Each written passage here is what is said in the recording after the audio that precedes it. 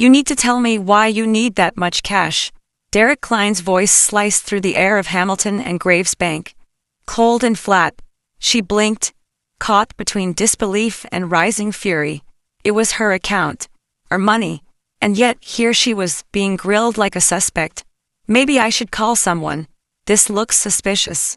Another voice chimed in, this time from Melissa Crane, the branch manager. Perfectly tailored suit, frozen smile, but eyes full of something else. Not caution, not professionalism, something uglier. She glanced around. Customers stared. Andre Fields, the security guard by the door, shifted uneasily. The tension in the room thickened. Was it the amount she asked for? Or was it her? Her heart pounded. She could end this with one phone call, expose who she really was. But not yet. Not until they showed their true faces. Because today they were about to learn a lesson. One they would never forget. Have you ever been unfairly judged just because of how you look? Maybe at a store, a restaurant, or even your own bank? Let us know in the comments section below. Now let's dive into the shocking story.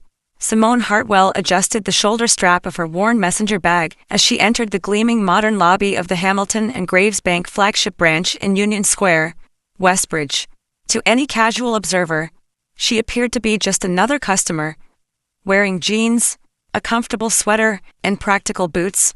There was no flashy jewelry, no designer handbag, nothing that screamed wealth or power.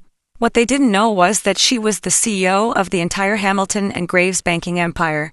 This was something she did periodically, going undercover at different branches. Simone found it a far more effective way to gauge the true customer experience than any report from her executive team. Polished presentations were one thing. Witnessing firsthand how people were treated was quite another. The lobby was moderately busy. A cluster of customers waited behind the velvet ropes, some scrolling mindlessly on their phones, while others stared blankly at the digital displays showing fluctuating interest rates. Simone scanned the employees behind the teller windows, making mental notes. An older Asian woman was patiently explaining something to a young couple, and a young Hispanic man was laughing warmly with a woman in a hard hat and safety vest. Probably a construction worker depositing her paycheck. So far so good. Then her eyes landed on the teller at the far right window. A white man, probably in his late 20s, radiating barely concealed boredom. His name tag read Derek. As she inched forward, Simone couldn't help but reflect on the irony of the situation. Her grandfather, a Polish immigrant, had been turned away from multiple banks due to his ethnicity. He had founded Hamilton and Graves with the explicit mission of serving all communities. The bank prided itself on diversity, inclusion, and equitable access to financial services. It was supposed to be a safe and welcoming space, especially for people from historically marginalized groups who were often treated poorly at other banks. And yet, here she was, on the verge of potentially uncovering a deeply unsettling reality within her own organization. Finally, it was her turn. Derek barely glanced up. Next, he mumbled, his tone flat and disinterested. Simone stepped forward, placing her driver's license and a Hamilton and Graves debit card on the counter. Hi. I'd like to withdraw $10,000 from my checking account. Please. The words seemed to snap Derek awake. His eyes flickered with a look that Simone recognized instantly. Suspicion mixed with thinly veiled disdain. She had seen that look too many times. It was the look that said, "You don't belong here. You have an account here?" He asked, picking up the driver's license as if it were contaminated. "Yes, I do," Simone replied, her expression remaining neutral. Derek scrutinized the license, his brow furrowed. "And you're withdrawing how much?" $10,000, she replied. His lips tightened into a thin line. "I'll need to verify this." Simone expected that a withdrawal of that size would require verification. But it wasn't the process that bothered her. It was the way he said it, the way his eyes lingered on her, searching for some sign of deception. It sent a cold shiver down her spine. Without a word, Derek turned and walked over to a woman standing near the back office. She was a middle-aged white woman, impeccably dressed in a business suit, with a sharp, authoritative posture. Melissa. Her name tag read branch manager. Simone watched as Derek leaned in and whispered something to Melissa. The manager's face hardened almost imperceptibly. She glanced at Simone, then back at Derek, her expression unreadable. Something was definitely off. Melissa walked toward the teller window, her heels clicking sharply against the polished floor. "Ma'am," she began, her voice carrying an edge of cool professionalism. "I'm going to have to ask you a few questions before we can process this request." Simone inhaled slowly, bracing herself. "Okay. What's the reason for the withdrawal?" Simone blinked, surprised. That wasn't standard protocol even for a large sum. "Do I need to provide a reason?" Melissa's smile didn't reach her eyes. "We just want to ensure the legitimacy of all large withdrawals." Simone crossed her arms. "I'm withdrawing money from my own account." Melissa exchanged a fleeting glance with Derek before turning back to Simone. "Do you have proof of income to verify these funds?" Simone's patience began to fray. "Excuse me?" Derek shifted his weight, a smirk playing at the corner of his lips. He seemed to be enjoying this. Melissa sighed dramatically, as if explaining something to a particularly dim child. "It's just an extra precaution we take when certain transactions seem unusual." There it was. Unusual. Simone felt her pulse quicken. She glanced at the growing line behind her. Customers were starting to notice the delay, their whispers rising in volume. "Let me get this straight," Simone said, keeping her voice calm and measured. "You're telling me I need to prove I have the right to withdraw my own money?" Melissa didn't flinch. "It's standard policy." "No, it's not," Simone countered, holding Melissa's gaze. Melissa's mouth twitched slightly. Derek, now openly smirking, leaned on the counter. "Look, if you can't provide verification, we'll have to deny the withdrawal." Simone tapped her fingers against the cool granite countertop, feeling the weight of the moment, the familiar sting of being treated like an outsider in a space that should, by all rights, be her own. She could end this right now. She could pull out her phone, call her executive team, and have both Melissa and Derek fired before the end of the hour. But she wasn't done yet. She needed to see how far this went. "Okay," Simone said, deliberately placing her driver's license back in her wallet. "Go ahead and call. Call the police." Derek's smirk faltered just for a second. "What?" Melissa hesitated. "Ma'am, are you suggesting you think I'm committing fraud? Right?" Simone pressed on, her voice steady. "You think I'm trying to steal money that doesn't belong to me? So call the police. Let's get this sorted out right now. I'm sure they'll be very interested in why a woman can't access her own bank account." A ripple of tension passed through the bank. Some customers shifted uncomfortably, while others looked on with morbid curiosity.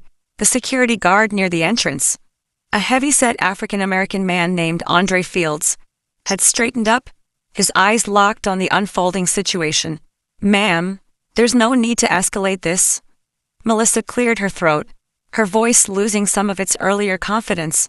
"I'm not escalating anything," Simone retorted. "I just want you to follow through. If you really think I don't belong here, that this transaction is suspicious, then let's get law enforcement involved. I'm sure they'll be very interested in why someone like me can't access her own bank account." Derek's face was now ashen. He turned to Melissa, desperately waiting for her next move. Andre, the security guard, took a step forward, his voice careful but firm. Melissa? Maybe we should just verify her information in the system before calling anyone." Melissa clenched her jaw, the carefully constructed facade of composure beginning to crumble. Simone could see doubt creeping into Melissa's eyes. The dawning realization that maybe, just maybe, they had miscalculated. "I think that's a good idea," Simone said, giving Andre a small, almost imperceptible nod. But before anything else could happen, the doors of the bank swung open, and a man in a tailored suit strode in, his expression tight with barely suppressed fury. It was Nathan Drake, the bank's regional vice president. Apparently, Andre had sent word up the chain of command. Nathan's eyes landed on Simone, and his entire demeanor changed in an instant. "Oh my God!" he breathed, his face paling. "Ms. Hartwell, A hush fell over the room. Every head swiveled toward them. Derek stiffened, his face draining of color. Melissa's jaw dropped open. Nathan practically tripped over a potted plant in his haste to reach the teller window. I'm so sorry. I had no idea. Simone simply stared at Melissa, her expression unreadable. You didn't realize? Melissa opened her mouth, but no words came out. Derek's smirk was long gone. He looked like he wanted to crawl under the counter and disappear. Simone exhaled slowly. The reckoning was just beginning. Derek swallowed hard, his Adam's apple bobbing as he flicked his gaze between Simone and Nathan.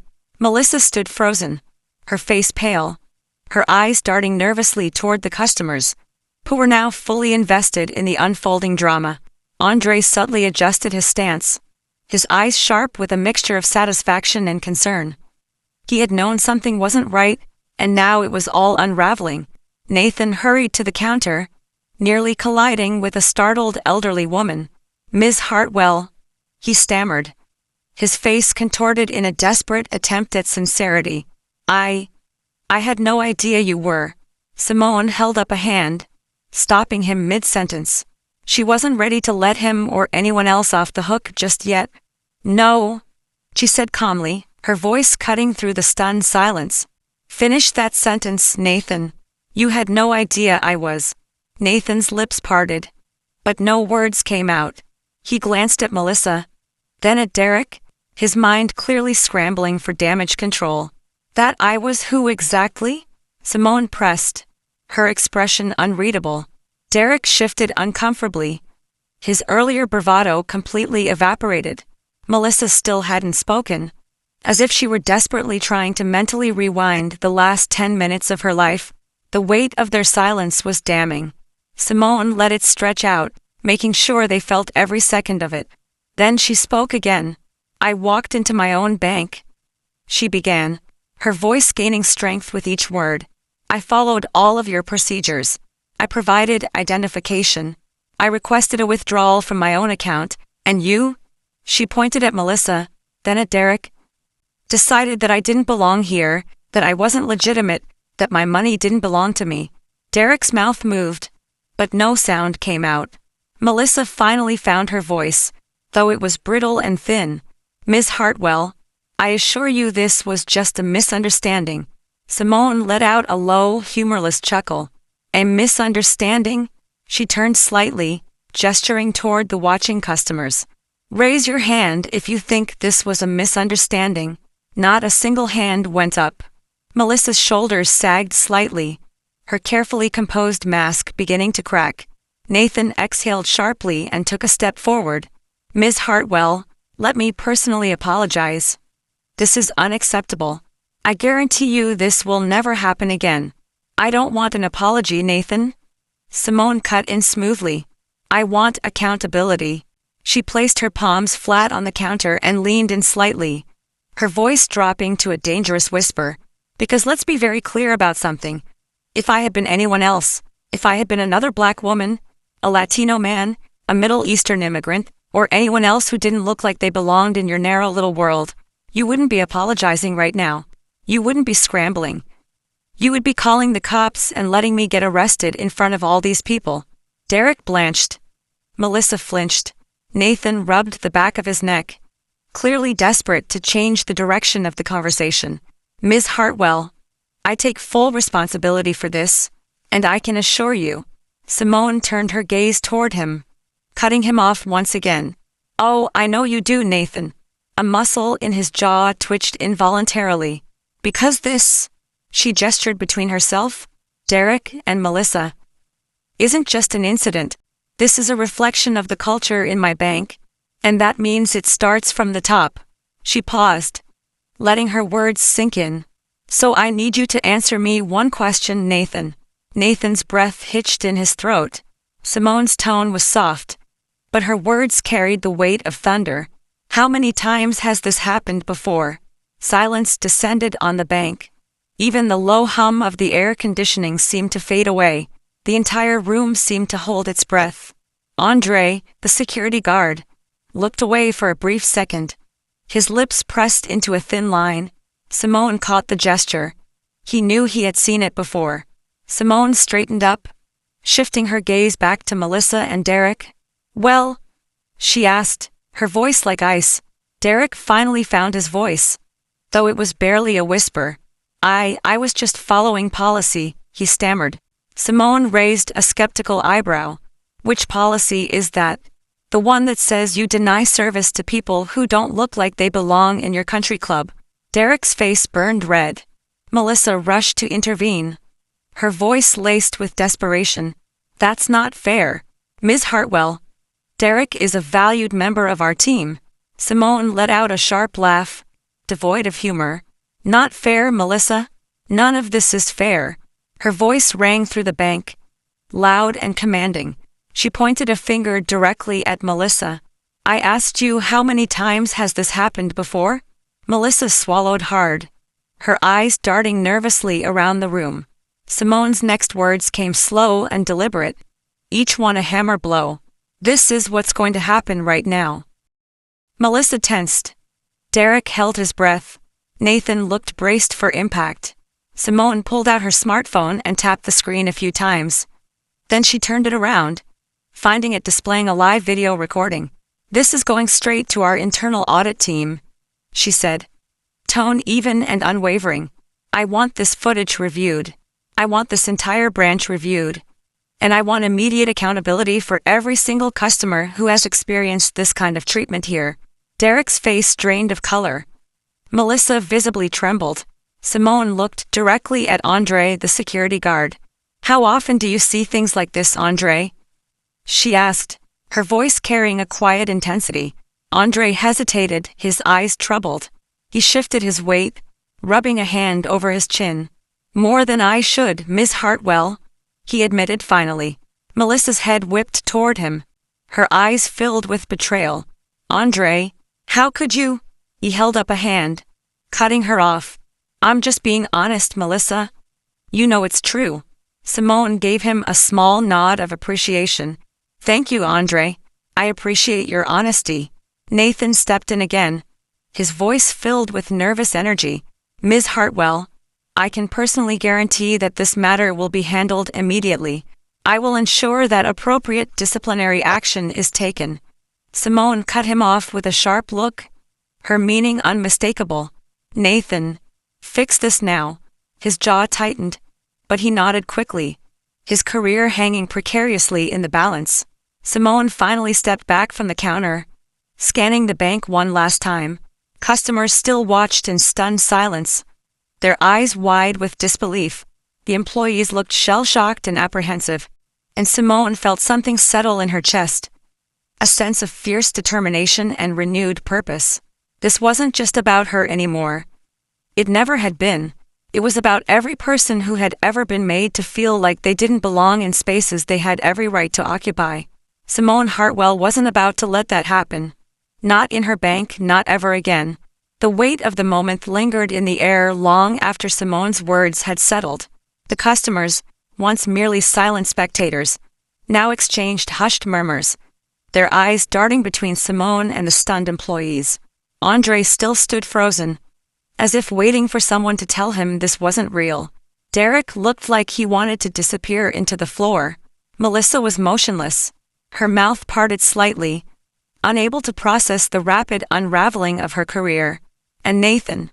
He was rubbing his temples like a man who knew his entire professional life was now dangling by a thread. Simone let out a slow breath. It was time to be strategic. Making an example of Melissa and Derek was a start, but if she wanted real, lasting change, she needed to ensure this kind of blatant discrimination never happened again. She turned back to Nathan, her voice calm but authoritative. "This isn't just about this branch, Nathan," she said, her tone unwavering. "I want a full audit of every single Hamilton and Graves Bank location. I want detailed reports on customer interactions, particularly those involving large transactions. If there are any patterns of racial bias, income bias, or any discrimination of any type, I want them identified and addressed immediately." Nathan swallowed hard, his Adam's apple bobbing nervously. "Yes, ma'am. Consider it done." Simone's eyes flicked to Andre. "Andre, I want you to be part of this. You've seen this firsthand. You know what needs to change. Andre blinked, taken aback by the unexpected offer. Ms. Hartwell? Simone nodded. Yes, you've worked here long enough to know what's really happening behind closed doors. I need eyes and ears on the ground. Someone I can trust to tell me the truth. You're getting promoted to Customer Experience Supervisor, effective immediately. That means every complaint, every report, every incident related to customer service will be reviewed by you. Andre's lips parted in surprise. I don't know what to say, Ms. Hartwell. Say yes. Simone replied simply, a hint of a smile playing on her lips. A slow smile spread across Andre's face. Yes, Ms. Hartwell. I won't let you down. Simone nodded, satisfied with his response. Then she turned to the customers who were still watching the scene unfold with a mixture of shock and fascination. I want to thank everyone here for their patience today, she said, her voice loud enough for all to hear. What happened here is exactly the kind of thing that too many people face every day, simply because of the way they look or where they come from. But here's what's different about today. There were consequences. A murmur of agreement rippled through the room. Some customers nodded in approval, while others still had their phones raised. Capturing the aftermath of the dramatic confrontation, Simone continued, her voice filled with conviction. My grandfather started Hamilton and Graves Bank to be different, to be better, to provide opportunities for people from all walks of life. I refuse to let this bank become just another institution that treats people like second-class citizens. We will do better. We must do better, and we will start today. A few scattered claps broke out in the room, gradually building into a more sustained round of applause. Simone met eyes with an elderly woman sitting near the back of the room. The woman smiled at her, and Simone felt something shift inside her. She wasn't just fixing a problem, she was defending her family's legacy, the principles upon which the bank had been founded. She turned back to Nathan, her gaze unwavering. Make sure that every single employee in this company undergoes comprehensive racial and income bias training. And I don't mean some lazy check-the-box program. I want experts brought in. I want real conversations happening, and I want measurable results. Nathan nodded quickly, his face pale with anxiety. Understood, Ms. Hartwell. I'll get it done. And one more thing, Nathan, Simone added, her lips curving into a knowing smirk. There's going to be a new policy starting today. Nathan stiffened, bracing himself for another blow. What kind of policy? Simone's lips curved into a knowing smirk. From now on, every branch of Hamilton and Graves Bank will be subject to regular secret shopper audits. Any employee caught treating customers differently based on race, gender, age, income, or any other discriminatory factor. She tilted her head, letting the unspoken threat hang in the air. They're out. No second chances. Nathan let out a long, shaky breath. Yes, Ms. Hartwell. Absolutely. I'll implement the policy immediately. Derek finally spoke, his voice small and barely audible. Ms. Hartwell, I really didn't mean any harm. I was just having a bad day. I had no idea who you were. Simone turned to him, her gaze sharp and unwavering. You did, she said simply. You just didn't think you'd get caught. Derek swallowed hard, his eyes filled with shame. He looked down at the floor, unable to meet her gaze. Melissa finally found her voice, her tone laced with desperation. Ms. Hartwell, I've been with this bank for over a decade. Please, if there's anything I could do to redeem myself, anything at all. Simone held up a hand, silencing her. Melissa, she said, her voice devoid of sympathy. You had a decade to do better. You didn't, and now it's too late. A long silence followed, broken only by the hushed whispers of the onlookers. Simone let out a slow breath, then turned back to Andre. Escort them out, please. Andre hesitated for a moment, then nodded resolutely. He stepped forward, his presence suddenly imposing. Derek and Melissa shuffled toward the exit, their faces filled with shame and regret. The moment the door swung shut behind them, the energy in the room shifted once again. Simone exhaled, feeling a mix of exhaustion and satisfaction. She turned to Nathan, her voice firm and decisive. "Get everything I asked for in motion, Nathan.